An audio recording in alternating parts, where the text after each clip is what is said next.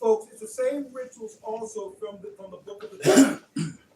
I'm glad that a mob was able to find it so that we can expose these wicked people. I'm going to tell you this right now. It's the old rituals to why the Egyptians were mummified. That if they can keep their bodies, a lot of their DNA intact for at least 1,000 years, that the science would come back later to revive them in another body. That's right. The Egyptians worship the gods.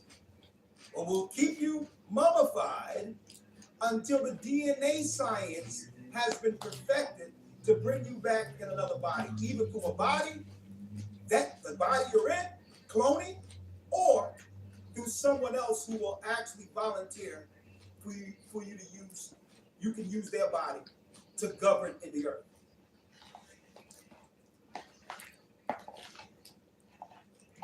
Ancient there was a method to bring people back from the afterlife, but we're using a type of method. Okay? And the thing is, like, what do you call it? The ritual itself is basically what we believe in, is to bring that individual back. And we might read some verses from the book. You know, I'm speaking to you in general. Yeah, these pagan evildoers, some would say, why do they burn coins on the eyes during their sacrificial cremations? A cremation is a sacrifice to the gods. They claim that they have to put those coins on the eyes so that they're not blind walking through the afterlife, okay, with their ancestors. So if they don't put the coins on their eyes, they will do what? They'll walk through the darkness without seeing in hell. If they're crazy, okay?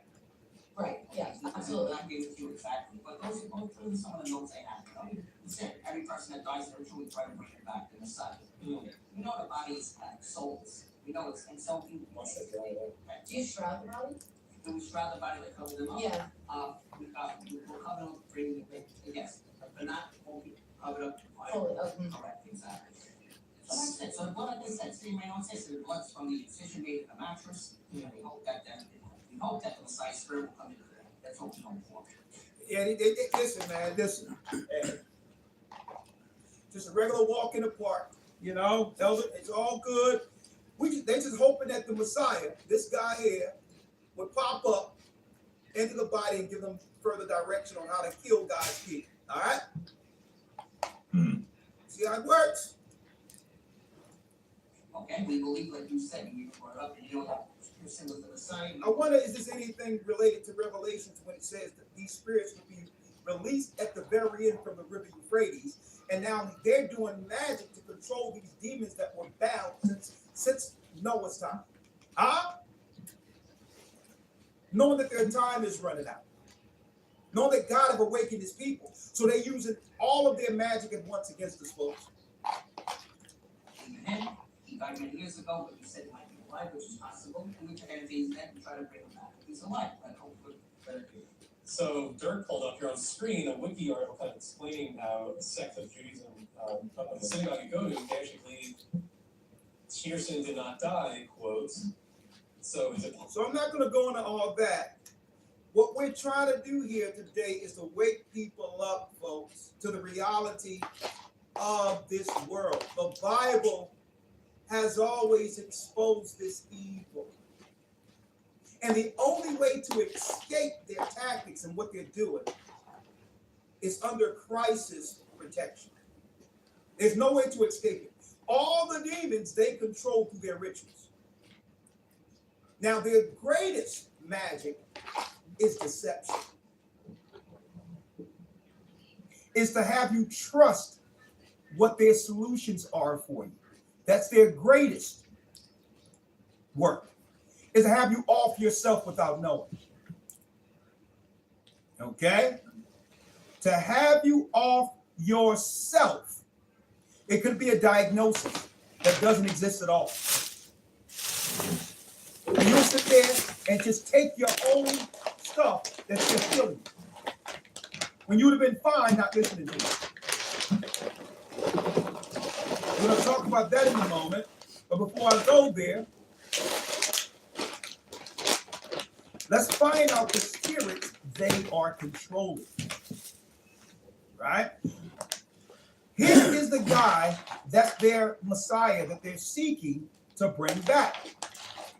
Now, who else think that this guy is the Messiah? Well, the current president of the new state of Israel met him in 1990.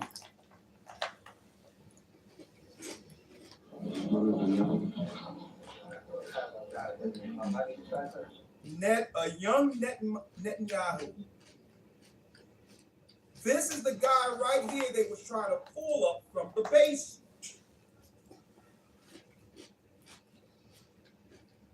So obviously Netanyahu is, according to their belief under Kabbalah, is getting current direction from their Messiah on how to fulfill the promises of getting the land of Israel before Christ returns, controlling all of the borders that was promised to Abraham before Christ returns.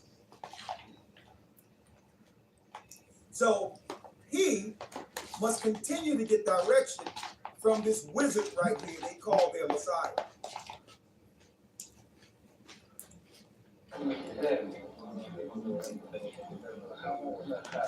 Let's break it down.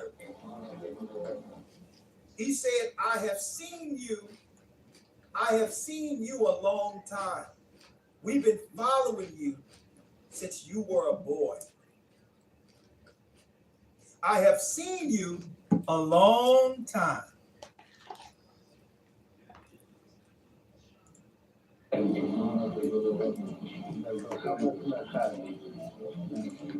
He says to the young Netanyahu, the current president of the new state of Israel, because that has nothing to do with the children of Israel, blessing and success. A double portion of benediction. And he said, I came to ask your blessing and help. In everything, in all areas, both personal and political. Since we last met, many things have progressed.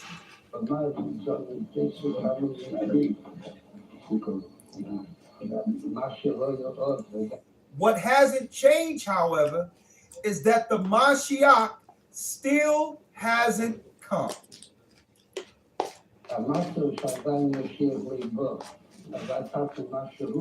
So do something to hasten his coming. So he's telling him what you're doing will hasten the coming of the Messiah. So everything you see in the Middle East is to what? To finish what this guy told him to do. Now listen to this. What we're hearing is what they can only publish publicly. So everything you're seeing going on in the Middle East and the disturbance, even when they shut the country down and people started getting stuff and now they're falling out because they did it, all of it comes from a spiritual directive of the sorcerers. It had nothing to do with disease. It had nothing to do with what they're talking about, folks. I'm going to prove that.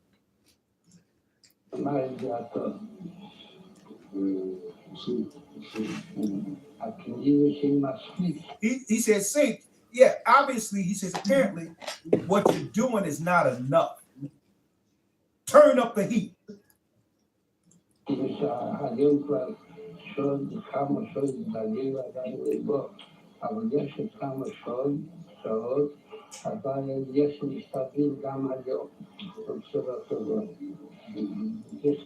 Folks, this is what we're up against. Now, Elder Lawyer, this is feedback. Hello. Listening to something? Something changed over there? No, sir. All right, it's fine then. Let me So turn. I put headphones and I have you coming through speaker. I'll put headphones in. Some deep stuff going on. That's what it is, yeah. Sorry about that. All right, that's better. Yes, there's no feedback. All right. So obviously there's a plan that Christians didn't know about, right? So what they did was, for years, brothers and sisters, Hit that like button. for years they made us believe, being naive Christians in the United States, that we had to support Israel over in the Middle East because that was some type of restoration according to prophecy of the Old Testament. And they knew that was a lie. If they can peddle to ignorant Christians. So while Christians were giving all of our support to Antichrist, they were over there getting rid of all the people who were there before they actually went there. And at first, the Christians didn't mind in the United States or the West because it was predominantly moving out Muslims. So with the Muslim jihadi story, Christians would get behind them destroying Muslims, not realizing that their plan was at the very end to destroy the Christians there, which was their original target. See, they couldn't destroy Christians initially over there.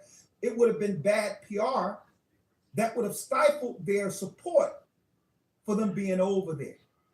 So they came up with the Muslim jihadi thing. Because Christians can get behind a religion that opposes their Christ. But their target were the Christians there. Because the Christians, now some people may say, well, why in particular, Elder, why the Christians? Why is their primal target the Christians? You know why? Because under Christ, Christ is the only power in the earth their sorcery cannot oppose.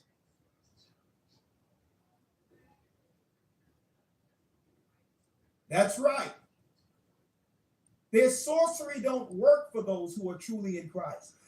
And on top of that, we can destroy the spirits they control under Christ. So that's why their target normally is naive Christians, because you don't know, as a person in Christ, you have more power than them. They may have more substance Satan's have given them. They may have more money than you, but they don't have your spirit, which cannot be quantified through gold or diamonds or finances. What's in us, who is Christ, is greater than them. See? So they understand the only people who can oppose their power to hasten the Messiah are these poor people living in the neighborhoods, going to church, believing in Christ, praying to the throne. Automatically, that gives you more spiritual power than them.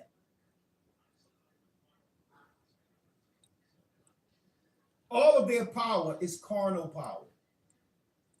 But our power comes from on high.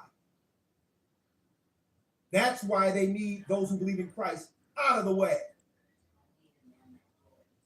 So I'm glad Tucker Carlson went over there, because he had an interview with some Christians over there. So they have the Epstein leaks and all this on purpose, because right now they're ethnic cleansing Christians over in the Middle East. So they'd rather you deal with all that and talk about Epstein.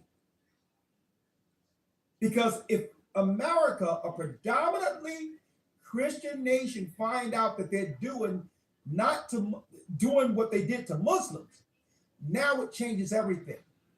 Our prayer, the power we've given them, believing that they were our people, draws away from them. They lose the spiritual source that Christians gave them through praying for them. So they're using all these Epstein's folks, all this stuff on the news circulation, Charlie Kirk, all of this stuff they're putting out there so that we don't focus on what they're doing. Because if they can do this to Christians over there, what do you think they have planned for you over here?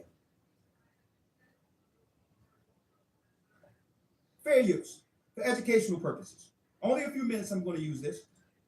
To aid Israel, et cetera, et cetera, et cetera. And those are almost always framed in terms of Fair the use. West versus Islam, Israel, United States versus the Muslims. Okay. But there's almost never any mention of the fact that the world's oldest Christian community is in that area, in the Levant, in Israel, Palestine, Lebanon, and Syria. That's part of the Middle East that is not so far away. It's on the Mediterranean. And is, of course, the birthplace of Christianity, of Jesus himself. And there have been Christians there for 2,000 years, uninterrupted. And we know that both from historical records and from DNA tests. So if you're interested in Christianity, if you are a Christian, one of the first questions you ought to ask is, how are Christians in the Middle East doing? And the political lines have changed, of course. And after the fall of the Ottoman Empire at the end of the First World War, that whole area was carved up into different countries, nation states run by colonial powers, France and England. And they became Syria, Lebanon, Palestine. Then after 1948, the creation of Israel, and then after 67, the West Bank. I mean, it's been carved up over thousands. And by the way, this is fair use for educational purposes only, to save God's people, to save those who believe in Christ from the synagogue of Satan. Fair use. Years by many different empires. But that region has remained the same, and its population has remained remarkably stable, and the Christian population has never left. These are not converts, these are the original Christians. We're gonna put some straightening on that right now. The people over there aren't the original Christians. We are the original Christians that were destroyed by the Romans in 70 AD, and through the prophecies we were scattered throughout the four corners of the earth to serve all nations. Okay? So the people that are left weren't the original Christians. They are the people who was bordering the areas, like Moab and Ammon, who went into the land, who conspired against us. Right? So again, there is prophecy on the Most High sending a judgment against the children of Lot and Ammon for their what? For them turning their backs on us, who needed them during the time when Jerusalem was sacked. So that's the prophecy on these Christians over there. But nonetheless,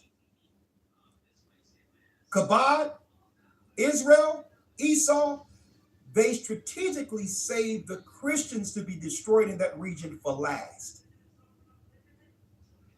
Because it wouldn't have fit their PR with the Christian Broadcast Network, TBN, claiming that, Jerusalem, they're showing waterfalls in our house about Jerusalem. Support Israel. This is where Christ was born, in the manger, and all this other hot mess while they're over there killing people. So killing Christians initially wouldn't have been good PR. Why? Because they needed Christian support in America to do what they're doing now. And through that, the agreed upon finances now, because Christians are believing this garbage.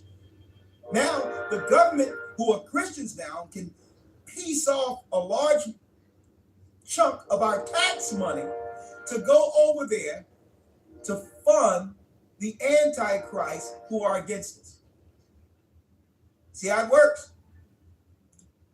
Doesn't mean they're right about everything, but it means if you want to know what's actually happening, maybe you should talk to them. And two, it's great shame. It's great shame.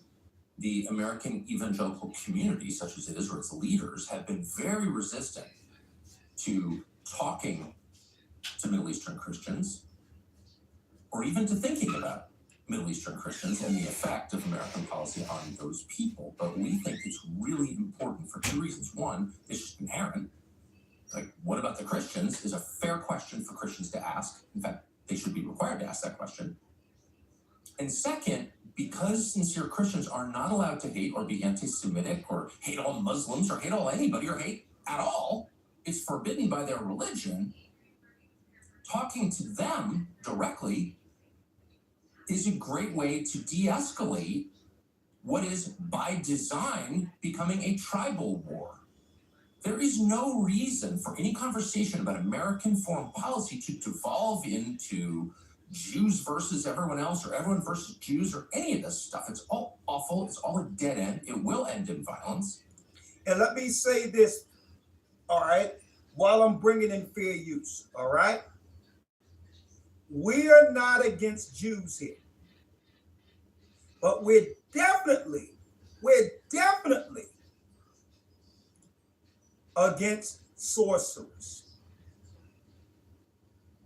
All right? Make it clear.